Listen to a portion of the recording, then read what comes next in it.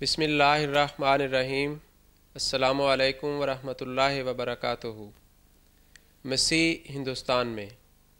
حضرت مسیح موعود علیہ الصلوۃ والسلام کی اس کتاب کے حوالے سے اس سے پہلے 2 پروگرام ہو چکے ہیں۔ آج کے اس پروگرام میں ہم دیکھیں گے کہ حضرت مسیح موعود علیہ الصلوۃ والسلام نے حضرت مسیح ناصری کے صلیب پر وفات نہ پانے کے علاوہ کس دلائل سے کس طرح ثابت کیا ہے کہ حضرت مسیح ناصری علیہ الصلوۃ والسلام واقعہ صلیب سے بچ کر ہندوستان کے علاقوں میں تشریف لائے تھے۔ اس موضوع پر گفتگو کرنے کے لیے آج حسب سابق ہمارے ساتھ تشریف فرما ہیں مکرم محترم مولانا مبشر احمد صاحب کالوں۔ تو کالوں صاحب سے پہلے آپ کی خدمت میں یہ سوال ہے کہ حضرت مسیح موعود علیہ الصلوۃ والسلام نے اسلامی کتب تاریخ سے کچھ دلائل دیے ہیں کہ جن سے ثابت ہوتا ہے کہ حضرت عیسیٰ علیہ الصلوۃ والسلام سیر و سیاحت کرتے ہوئے اور ہجرت کر کے ہندوستان کے علاقوں میں تشریف لائے تھے، تو وہ کون سے دلائل تھے؟ حضور نے اس سلسلے میں جو اسلامی کتب ہیں ان سے بعض اقتباسات پیش فرمائے ہیں۔ ایک تاریخ کی کتاب ہے روضۃ الصفا، اس کا حضور نے اقتباس درج فرمایا ہے۔ اس کتاب کا مصنف یہ بیان کرتا ہے کہ حضرت عیسیٰ علیہ السلام پشمی کرتا پہنا کرتے تھے، ہاتھ میں عصا لیتے تھے اور دور دور کے علاقوں میں سفر کرتے تھے، اور ان تبلیغی سفروں میں ان کے حواری بھی ساتھ ہوتے تھے، اور جہاں رات پڑتی تھی وہیں بسیرا کرتے تھے۔ اور کہتے ہیں کہ ایک مرتبہ انہوں نے اپنے سفر کی ضروریات کے لیے گھوڑا خریدا، لیکن جب گھوڑے کی خوراک کا انتظام تسلی بخش نہ ملا تو اس گھوڑے کو بیچ دیا۔ ایک شہر میں مسیح علیہ السلام گئے اور شہر کے باہر قیام کیا اور اپنے حواریوں کو اس شہر میں تبلیغ کے لیے بھیجا، لیکن مسیح علیہ السلام اور ان کے حواریوں کے وہاں پہنچنے سے پہلے ہی حاکم شہر کے پاس مسیح علیہ السلام کے خلاف نازیبا باتیں پہنچ چکی تھیں۔ اس نے انہی باتوں سے بدظن ہو کر حواریوں کو گرفتار کر لیا اور پھر مسیح علیہ السلام کو بھی دربار میں بلایا۔ اور کتاب کا مصنف بیان کرتا ہے کہ بادشاہ کے دربار میں حضرت مسیح علیہ السلام نے بہت سی بیماروں کی شفا یابی کے اعجازی نشانات دکھائے۔ اس قسم کے اعجازی نشانات کو دیکھ کر اور آپ کے وجود کی برکات کو مشاہدہ کر کے بادشاہ، اس کی فوج اور اس کی رعایا کے افراد ان کی بیعت کر کے مسیحی مذہب کو قبول کر گئے۔ اس کے علاوہ روضۃ الصفا میں حضرت مسیح علیہ السلام کے اور بھی معجزات لکھے ہیں جن کا حضور نے یہاں پہ بیان کرنا اختصار کی بنا پہ مناسب نہیں سمجھا، اور دوسرے اس بات کی بنا پر بھی کہ ان معجزات میں محسوس ہوتا ہے کہ بہت سی ملاوٹ کر دی گئی ہے، کیونکہ اس میں بہت سی بیہودہ باتیں شامل کی گئی ہیں۔ اس کتاب کا مصنف اپنے اس بیان میں کہ مسیح علیہ السلام نے وہاں سے سیر و سیاحت کی ذکر کرتا ہے کہ وہ اپنے علاقے سے فلسطین سے ہجرت کر کے سیر و سیاحت کرتے ہوئے نصیبین کی طرف گئے۔ اب نصیبین ایران کی سرحد سے 150 میل کے فاصلے پر ہے۔ حضور فرماتے ہیں اگر شام سے سفر کرتے ہوئے ایران کی طرف آئیں تو رستے میں نصیبین کا علاقہ آتا ہے، اور ایران کے ساتھ افغانستان کا علاقہ ملحق ہے۔ افغانستان کی سرحد کے ساتھ کشمیر اور کشمیر کے ساتھ تبت، نیپال کے علاقے ملتے ہیں۔ تو حضور فرماتے ہیں کہ اس کتاب کا یہ بیان کہ حضرت مسیح علیہ السلام اپنے حواریوں کے ساتھ شام سے نکلے اور اس طرف کا یہ بتاتا ہے کہ دراصل حضرت مسیح علیہ السلام کی منزل مقصود وہ نیپال، تبت اور ہندوستان کے علاقوں میں آنا تھا، اور درمیان میں یہی رستہ پڑتا تھا۔ اسی طرح حضور فرماتے ہیں کہ روضۃ الصفا کا مصنف یہ بات بھی بیان کرتا ہے کہ جو قرآن کریم میں حضرت عیسیٰ علیہ السلام کا مائدہ کے نزول کی دعا کرنا اور حواریوں کا مائدہ کے نزول کی درخواست کرنا، یہ واقعہ بھی دراصل اسی سیاحت کے دوران پیش آیا تھا۔ اس کے علاوہ حضور بیان فرماتے ہیں کہ ایک مسیحی نے یونان کی تاریخ لکھی ہے کلیسیا کی، جو 17ویں صدی عیسوی میں اس کا انگریزی ترجمہ شائع ہوا۔ اس میں ایک بیان ہے کہ ایک بادشاہ تھا ابگیرس، اس نے دریائے فرات کے پار سے حضرت مسیح علیہ السلام کو خط لکھا کہ آپ اس علاقے میرے پاس آ جائیں۔ تو اس کتاب میں بادشاہ ابگیرس کا خط بھی موجود ہے اور اس کے جواب میں مسیح علیہ السلام کا خط بھی موجود ہے۔ ان دونوں خطوط سے یہ پتہ چلتا ہے کہ دریائے فرات کے پار جو ایران وغیرہ کے علاقے ہیں، یہاں پر حضرت مسیح علیہ السلام کی مظلومی اور شام کے یہودیوں کے ہاتھوں واقع صلیب اور ظلم و ستم کی داستانیں پہنچ چکی تھیں، اور اس نے یہ محسوس کیا کہ آپ وہاں پہ مظلومی کی زندگی بسر کر رہے ہیں۔ اسے آپ پہ ترس آیا اور اس نے آپ کو پناہ دینے کے لیے اپنے علاقے کی طرف آپ کو بلایا۔ اس کے علاوہ حضور فرماتے ہیں کہ ایک پرانی اسلامی کتاب ہے سراج الملوک، اس میں کتاب کا مصنف یہ واقعات بیان کر رہا ہے کہ یہ دنیا بے ثبات ہے، جہاں پر بڑے بڑے آئے اور دنیا سے زندگی پوری کر کے عالم آخرت کو چلے گئے۔ تو اس بات کا تذکرہ کرتے ہوئے جہاں اس نے دیگر مثالیں پیش کیں، ایک مثال یہ پیش کی ہے کہ اینا عیسیٰ کلمۃ اللہ ہے، روح اللہ ہے، رأس الزاہدین، امام الصائحین، کہ دیکھو خدا کا کلمہ روح اللہ عیسیٰ جو زاہدوں کا سردار تھا، و امام الصائحین اور سیاحت کرنے والوں کا امام تھا، وہ کہاں گیا؟ یعنی وہ بھی فوت ہو گیا۔ ایسے ایسے نامی انسان بھی فوت ہو گئے اور دنیا سے کوچ کر گئے۔ اب اس کتاب میں ایک کتاب کا مصنف جو مسلمان ہے اور صدیوں پہلے دنیا سے گزر چکا، وہ حضرت مسیح علیہ السلام کا نام امام الصائحین، سیر و سیاحت کرنے والے افراد کا امام قرار دیتا ہے، جس سے وہ یہ بتانا چاہتا ہے کہ وہ اتنی کثرت کے ساتھ سیاحت کیا کرتے تھے کہ ان کا لقب امام الصائحین قرار پاتا ہے۔ اسی طرح اسلامی مصنفین جو ہیں، ان میں سے عربی زبان کی بہت بڑی لغت کی کتاب لسان العرب ہے، پھر قاموس کی شرح تاج العروس ہے۔ ان دونوں کتابوں میں مسیح کے نام کے تحت یہ لکھا ہے کہ آپ کا نام یعنی حضرت عیسیٰ علیہ السلام کا نام مسیح اس لیے تھا کہ آپ کثرت کے ساتھ سیر و سیاحت کیا کرتے تھے اور آپ کو کہیں کسی جگہ پہ قرار نہیں تھا۔ تو حضور فرماتے ہیں کہ یہ اسلامی کتب کی شہادت ہمیں بتا رہی ہے کہ مسیح علیہ السلام واقعہ شریف کے بعد بنی اسرائیل کے گم شدہ قبائل تک اللہ کا پیغام پہنچانے کے لیے وہاں سے ہجرت کرنے پہ مجبور ہوئے، اور ان گم شدہ قبائل کی تلاش میں انہوں نے جگہ جگہ کے سفر کیے، سیر و سیاحت کی۔ تو یہ باتیں بتا رہی ہیں کہ یہ تصور کہ وہ آسمان پہ چلے گئے یہ قابل قبول نہیں ہے۔ جزاکم اللہ۔ قاری صاحب، ایک دوسری بہت بڑی دلیل حضور نے اپنی اس کتاب میں بدھ مذہب کی جو کتب ہیں ان کے حوالے سے دی ہے کہ جن سے یہ شواہد ملتے ہیں کہ حضرت مسیح ناصری جو ہیں وہ ہندوستان وغیرہ کے علاقوں میں تشریف لائے تھے۔ تو ان شواہد جو ہیں، دلائل جو ہیں، ان میں سے کچھ آپ ہمیں بتائیں کہ حضور نے کس طرح وہاں سے استشہاد کیا ہے۔ حضور نے فرمایا ہے کہ ایک تو بدھ مذہب کی کتابوں میں جو حضرت گوتم بدھ کے خطابات ہیں، وہ خطابات وہ ہیں جو آج بھی مغرب کے علاقوں میں پائی جانے والی اناجیل میں مسیح علیہ السلام کے خطابات ہیں۔ پھر بدھ لٹریچر میں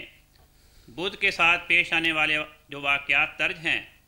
اسی قسم کے واقعات اناجیل میں مسیح کے بارے میں بیان ہوئے۔ پھر جو بدھ کے کتب میں تعلیمات پائی جاتی ہیں، وہ تعلیمات اور اناجیل کی پیش کردہ تعلیمات آپس میں بڑی شدید مطابقت رکھتی ہیں۔ ان دونوں کے واقعات یہ واقعات بتا رہے ہیں،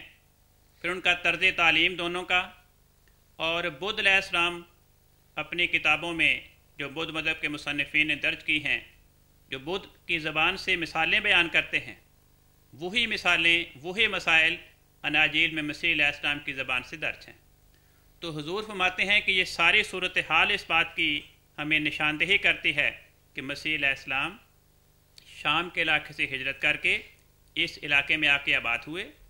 اور یہاں پہ ان کا بدھ مذہب کے ماننے والوں سے واسطہ پڑا۔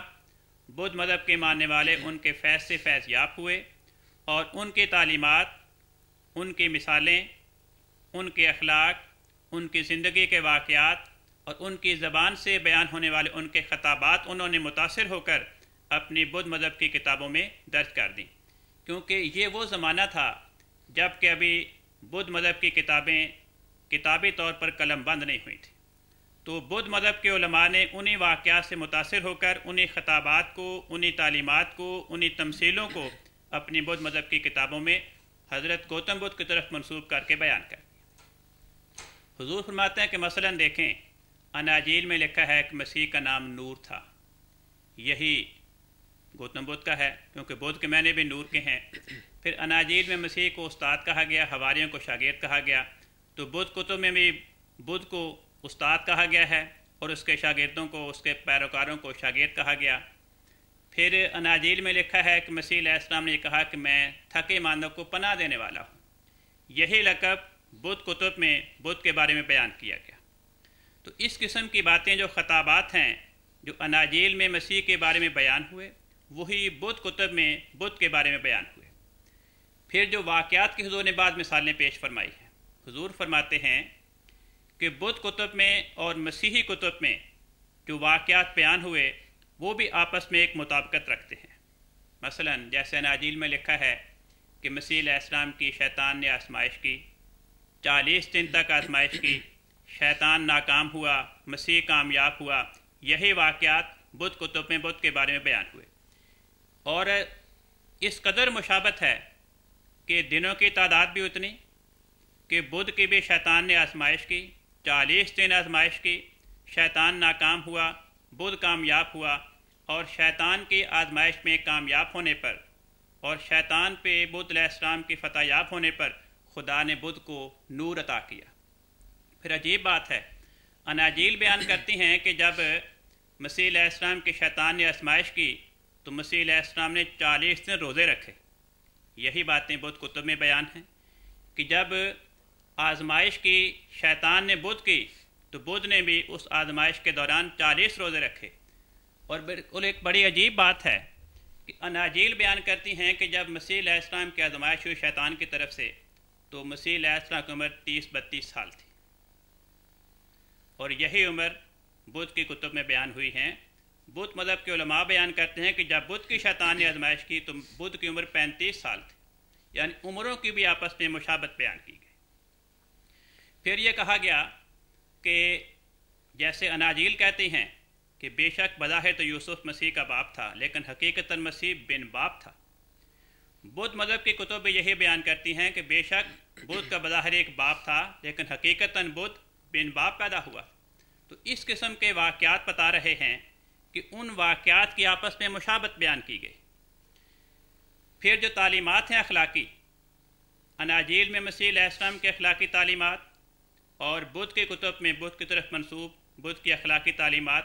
وہ یوں محسوس ہوتا ہے کہ انہیں دیکھ کر بہت سے ایسے مسیحی محققین جو تبت میں، نیپال میں گئے اور انہوں نے بدھ مذہب کی کتابیں پڑھیں، بدھوں کے رسوم و رواج کا مشاہدہ کیا، انہوں نے اپنی کتابیں میں لکھیں۔ ان کتابوں میں اس بات کو بیان کرتے ہیں کہ اگر یہ کہا جائے کہ بدھ مذہب مشرق کی عیسائیت ہے اور عیسائیت مغرب کا بدھ مذہب ہے تو یہ کہنا بے جانا ہوگا، کیونکہ خطابات، دونوں کے واقعات اور پھر تعلیمات، ان کی مثالیں ہو بہو ایک جیسی ہیں۔ تو ان چیزوں سے حضور یہ نتیجہ اخذ کرتے ہیں کہ ہندو تو یہ کہتے ہیں کہ صاحب مسیح علیہ السلام یہاں آئے تھے، یہاں سے بدھ مذہب کی تعلیمات سے متاثر ہو کر واپس اپنے وطن میں گئے اور وہاں لوگوں کے سامنے یہ خطابات اپنی طرف منسوب کر دیے، یہ تعلیمات لوگوں کے سامنے بیان کی تو وہ اناجیل میں درج ہو گئی۔ حضور فرماتے ہیں کہ یہ بات تاریخ کی کسوٹی پہ پوری نہیں اترتی، کیونکہ واقع شریف سے پہلے مسیح علیہ السلام کا شام کے ملک سے باہر جانا اور ہندوستان کی جانب آنا یہ ثابت نہیں ہوتا۔ پھر حضور نے فرمایا کہ دیکھو، انہیں واقع شریف سے پہلے ان علاقوں میں آنے کی طرف ضرورت بھی کوئی نہیں تھی، ہاں جب واقعہ صلیب ہوا اور شام کے یہودی انہیں قبول کرنے سے محروم رہ گئے، انہیں صلیب پہ لٹکانے کی کوشش کی، خدا تعالیٰ نے ایسے حالات پیدا کیے کہ انہیں صلیبی موت سے بچا لیا۔ اب جب شام کے یہودی حضرت مسیح علیہ السلام کی بھرپور مخالفت اور عداوت کے نتیجے میں ہمدردی کا حق کھو بیٹھے اور وہ اس قابل نہ رہے کہ اب وہ اس سچائی کو قبول کرنے کے لائق ٹھہریں، تب خدا تعالیٰ نے مسیح علیہ السلام کو حکم دیا کہ یہاں سے ہجرت کر جاؤ، اور وہ جو بنی اسرائیل کے گم شدہ 10 قبائل ہیں انہیں جا کے خدا کا پیغام پہنچاؤ۔ تو اس الہی القاء کے نتیجے میں، جیسا کہ پیدائش کی کتاب میں آنے والے مسیح کو آصف بیان کیا گیا تھا کہ وہ ان کو اکٹھا کرنے والا ہوگا، بنی اسرائیل کی اقوام کو، اور انہوں نے خود بھی اناجیل میں پیش گوئی کی تھی کہ میں ان کو اکٹھا کرنے آیا ہوں۔ اس کے مطابق وہ وہاں سے ہجرت کرتے ہوئے نصیبین کی طرف سے ایران، افغانستان، پنجاب، صوبہ سرحد اور کشمیر، اور پھر اس کے ساتھ تبت وغیرہ نیپال کی طرف گئے۔ اس کی ایک وجہ یہ ہے کہ اس طرف کیوں آئے۔ حضور فرماتے ہیں کہ بدھ مذہب کی کتابوں میں بعض پیش گوئیاں ہیں، وہ پیش گوئیاں بھی بیان کرتی ہیں کہ ہندوستان کی سرزمین میں مسیح کو آنا چاہیے۔ وہ پیش گوئیاں یہ ہیں کہ بدھ کتب میں یہ لکھا ہوا ملتا ہے کہ بدھ علیہ السلام نے یہ پیش گوئی کی کہ میری تعلیم 500 برس تک رہے گی، اس کے بعد زوال آئے گا، اور میری تعلیمات پہ زوال کے آنے کے زمانے میں ایک سفید رنگ کا مسیح آئے گا۔ چنانچہ وہاں پہ الفاظ یہ ہیں کہ ایک متیہ آئے گا جو بگوا ہوگا۔ اب متیہ بالکل لفظ مسیحا کے ہم شکل ہے، وہی لفظ جو مسیحا تھا اس دور دراز کے علاقے میں آ کر زبانوں کی کثرت استعمال کے نتیجے میں جو بعض بنیادی فرق پڑتے ہیں الفاظ کے تلفظ میں، وہ مسیحا متیہ بن گیا، اور بگوا یہاں کی سنسکرت زبان میں سفید رنگ کو کہتے ہیں کہ مسیحا آئے گا وہ سفید رنگ کا ہوگا۔ اور ان کی کتابوں میں یہ بھی لکھا ہے کہ بدھ کا ایک مرید جو چھٹا مرید تھا اس کا نام یسا تھا۔ اب یہ بڑی عجیب بات ہے کہ حضرت مسیح علیہ السلام کا زمانہ ظہور بدھ علیہ السلام کے بعد 6 صدی ہے، اور مسیح جیسا کہ میں نے ذکر کیا کہ بدھ نے پیش گوئی کی تھی کہ 500 سال سے زیادہ میری تعلیمات اور میرا دین نہیں رہے گا، اس پہ زوال آئے گا، پھر ایک سفید رنگ کا مسیح آئے گا، وہ میری تعلیمات کو اثر نو زندہ کرے گا۔ تو ان پیش گوئیوں کا پورا ہونا اس بات کا تقاضا کرتا تھا کہ بدھ علیہ السلام کی ان پیش گوئیوں اور بشارات کے مطابق جو خدا نے انہیں بتائی تھیں، سفید رنگ کا مسیح یہاں پہ آئے، وہ اثر نو بدھ کی تعلیمات کو زندہ کرے۔ اور اسے مرید اس اعتبار سے کہا گیا کہ وہی تعلیمات جو 500 سال پہلے بدھ علیہ السلام نے پیش کی تھیں، وہی تعلیمات مسیح نے آ کے دہرائی۔ تو انہی تعلیمات کو دہرانے کے نتیجے میں ان کو ان کا مرید قرار دیا گیا پیش گوئیوں میں۔ تو اس اعتبار سے یہاں کے بدھ مذہب کے عوام اور بدھ مذہب کے علماء بدھ علیہ السلام کی پیش گوئیوں کے مطابق ایک سفید رنگ کے آنے والے مسیح کے منتظر تھے جو بدھا کہلائے گا اور بدھ کی تعلیمات کو اثر نو زندہ کرے گا۔ جب حضرت مسیح علیہ السلام یہاں پہ تشریف لائے تو یہاں کے علماء نے دیکھا کہ پیش گوئیاں تو پوری ہو گئی ہیں، اس کے نتیجے میں وہ ان کے فیض سے فیض یافتہ، اور ان کی باتیں، ان کی تمثیلیں، ان کی تعلیمات، ان کے اخلاق، ان کے واقعات سن کر، ان کے خطابات سن کر انہیں وہ اپنی کتابوں میں درج کرتے گئے اور انہیں بدھ کی طرف منسوب کر دیا۔ اب جیسا کہ یہی بات دیکھیں کہ چھٹا مرید اور اس کا نام یسا، اب 6 صدی میں مسیح علیہ السلام آئے تھے اور ان کا نام جو یسا بیان کیا گیا، یسوع کا مخفف معلوم ہوتا ہے۔ اسی طرح بدھ کے واقعات میں لکھا ہے تمثیلی طور پر کہ جی بدھ اپنی بیوی کو اور بیٹے کو سوتے ہوئے انہیں چھوڑ کے چلا گیا، اور بتایا گیا کہ بیٹے کا نام راہولتا تھا، اور وہ عورت جو بدھ کے بیٹے راہولتا اور اس کی ماں کے درمیان ایلچی بنی، اس کا نام مگدالیانا بیان کیا گیا ہے۔ حضور فرماتے ہیں کہ یہ واقعہ بھی اس میں کچھ ملاوٹ معلوم ہوتی ہے، کچھ مبالغہ ہے، ورنہ اس میں صاف بیان کیا گیا کہ وہ انسان جس نے یہاں پہ آنا تھا، جو سفید رنگ کا مسیح ہونا تھا، اور بدھ علیہ السلام نے اس کو روحانی نسبت کے اعتبار سے اپنا بیٹا قرار دیا، وہ راہولتا یعنی روح اللہ ہوگا، اور یہ مسیح علیہ السلام کا لقب ہے۔ وہی روح اللہ کا لفظ یہاں پہ راہولتا کی شکل میں تغیر پذیر ہوا۔ اور مگدالیانہ جو عورت بیان کی گئی اناجیل میں، مسیح علیہ السلام کے ایک مرید خاتون کا نام مریم مگدلینی ہے، تو یہ واقعات کی مشابہت بھی بتا رہی ہے کہ یہاں پر انہوں نے آنا تھا اور وہ آئے۔ پھر عجیب بات ہے، حضور فرماتے ہیں کہ بدھ مذہب کی کتابوں کی ایک فہرست شائع کی گئی، ایک چینی مصنف نے تیار کی اور ایک جاپانی عالم اس کا ترجمہ کیا۔ اس کتابوں کی فہرست میں ایک لفظ مشیہو بھی بیان کیا گیا۔ اب یہ لفظ مشیہو صاف لفظ مسیح کی عکاسی کر رہا ہے۔ ان تمام باتوں کو حضور بیان کر کے فرماتے ہیں کہ یہ باتیں بتاتی ہیں کہ مسیح علیہ السلام شام کے وطن سے ہجرت کر کے ان علاقوں میں آئے، کیونکہ یہاں رہنے والے اسرائیل کے قبائل بدھ مذہب کے عوام کے ساتھ رہنے کے نتیجے میں، ان سے گھلنے ملنے کے نتیجے میں ان کے خیالات سے متاثر ہوئے اور بدھ مذہب کو قبول کر کے، اور بدھ کی پیشگوئیوں کے مطابق مسیح علیہ السلام یہاں آئے، انہیں دیکھ کر یہاں کی بدھوں نے بھی قبول کیا اور ان کے فیض سے فیض یاب ہوئے۔ جزاکم اللہ۔ کونسل ابھی تک ہم جو حضور کی اس کتاب کے حوالے سے گفتگو آپ نے ہمیں بتائی ہے کہ حضرت مسیح موعود علیہ الصلوۃ والسلام نے بائبل کے حوالے سے، قرآن مجید اور احادیث حضرت صلی اللہ علیہ وسلم کے اقوال کے حوالے سے، اور آج کے اس پروگرام میں جو اسلامی کتب تاریخ ہیں، ان حوالوں سے یہ بڑی اچھی طرح ثابت ہوتا ہے، اور آپ کے یہ بدھ کتب جو ہیں ان کے حوالے سے بھی، کہ حضرت عیسیٰ علیہ السلام صلیب سے بچ گئے، وفات نہیں پائی، اور انہوں نے وہاں سے ہجرت کی ہے۔ اور جس طرح کہ یہ ثابت ہوتا ہے کہ ہندوستان کے علاقوں میں حضور تشریف لائے تھے، تو یہاں یہ سوال پیدا ہوتا ہے کہ حضرت عیسیٰ علیہ السلام نے آخر ہندوستان کے علاقے کو ہی کیوں انتخاب کیا؟ اتنا تکلیفوں سے بھرا ہوا، اتنے دور کا سفر جو تھا، اس کی کیا وجہ نظر آتی ہے؟ بات یہ ہے کہ یہودی تواریخ یہ ہمیں بتاتی ہیں کہ رومی بادشاہوں کے زمانے میں بخت و نصر نے یہود کے بنی اسرائیل کے 10 قبائل کو وہاں سے جلا وطن کر دیا تھا۔ اس زمانے میں وہاں سے نکلے اور ایران، افغانستان، ہندوستان، تبت، نیپال، ان علاقوں میں آ کے آباد ہوئے، اور مسیح علیہ السلام کے آنے کا مقصود یہ بیان کیا گیا تھا کہ وہ بنی اسرائیل کی کھوئی ہوئی بھیڑوں کو تلاش کریں اور انہیں خدا کا پیغام پہنچائیں۔ اناجیل میں مسیح علیہ السلام اپنے آنے کا مقصد یہ بیان کرتے ہیں کہ میں بنی اسرائیل کے گھرانے کی کھوئی ہوئی بھیڑوں کے سوا اور کسی کے پاس نہیں بھیجا گیا۔ اور اناجیل میں وہ بیان کرتے ہیں کہ میری اور بھی بھیڑیں ہیں جو اس بھیڑ خانے کی نہیں ہیں، مجھے ان کے پاس بھی جانا ہے اور وہ میری آواز سنیں گی۔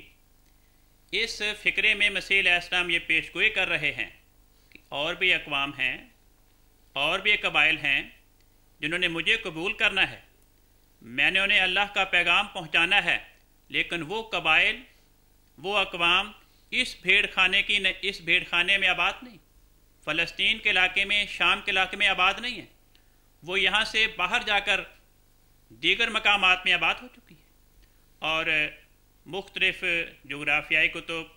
یہودی کتب، بائبل کی کتابیں بیان کرتی ہیں کہ وہ قبائل جب فلسطین سے، شام کے ملک سے باہر نکلے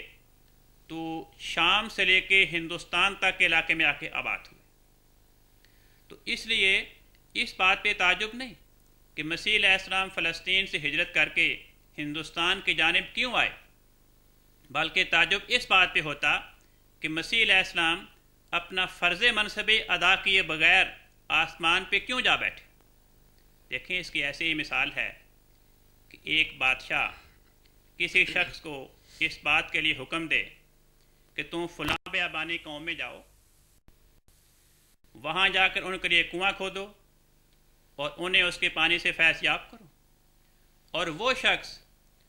اس قوم کو تلاش کرنے کی بجائے،